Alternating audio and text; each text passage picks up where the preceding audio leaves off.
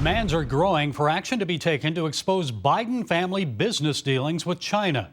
Several members of Congress, including House Minority Leader Kevin McCarthy, want a congressional investigation.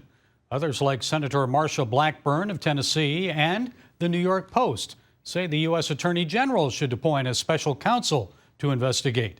And the New York Times is suing the U.S. State Department to get Freedom of Information access to Hunter Biden's emails. Well, joining us with more is Peter Schweizer. He's author of the new bombshell book, Red-Handed: How American Elites Get Rich Helping China Win. Peter, when we talked with you 2 weeks ago, your book had just been released. Now it's #1 on the New York Times bestsellers list. So first, congratulations on that accomplishment. Thank you. And it's created a bit of a stir in the corridors of power in Washington, also within the media. Both the conservative New York Post and liberal New York Times are now calling for action. So your thoughts on these developments?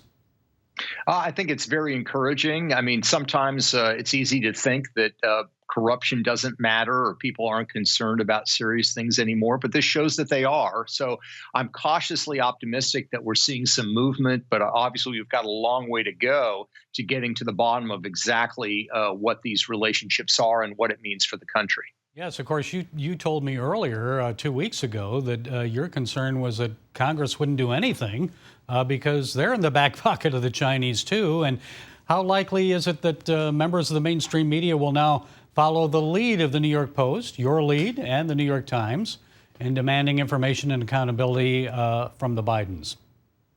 Well, I know reporters from a lot of publications and news outlets, mainstream media outlets, that have wanted to cover this story, but have had resistance as it relates to management at their respective news enterprises.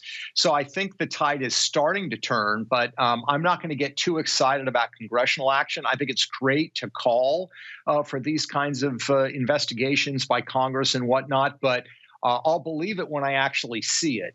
Talk is cheap. And the problem is there are a lot of powerful influences, as I point out in the book, Wall Street and Silicon Valley, that donate a lot of money to politicians who do not want to have a conversation about China and China's influence in the United States. So count me as cautiously optimistic. I think we're moving in the right direction, but I don't want to get too carried away too soon.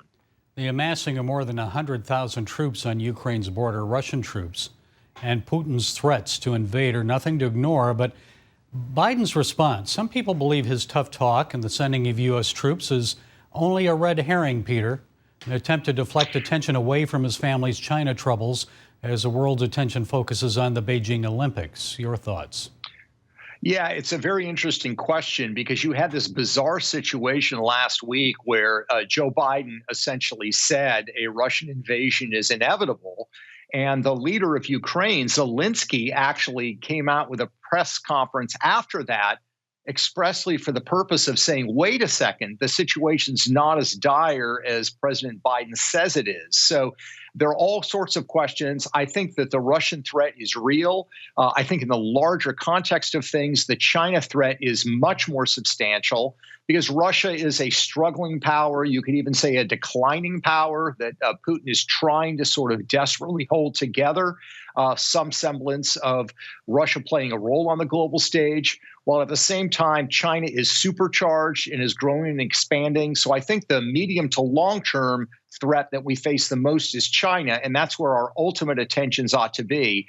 I do think a tough line on Russia as it relates to Ukraine is absolutely the right posture. Nancy Pelosi recently urged U.S. Olympic athletes to be careful, not to criticize Beijing, saying they should, quote, not risk the anger of the Chinese government because they're ruthless. And Fox News recently posted this political cartoon of Pelosi making that announcement with Chinese President Xi handing her a bag of money.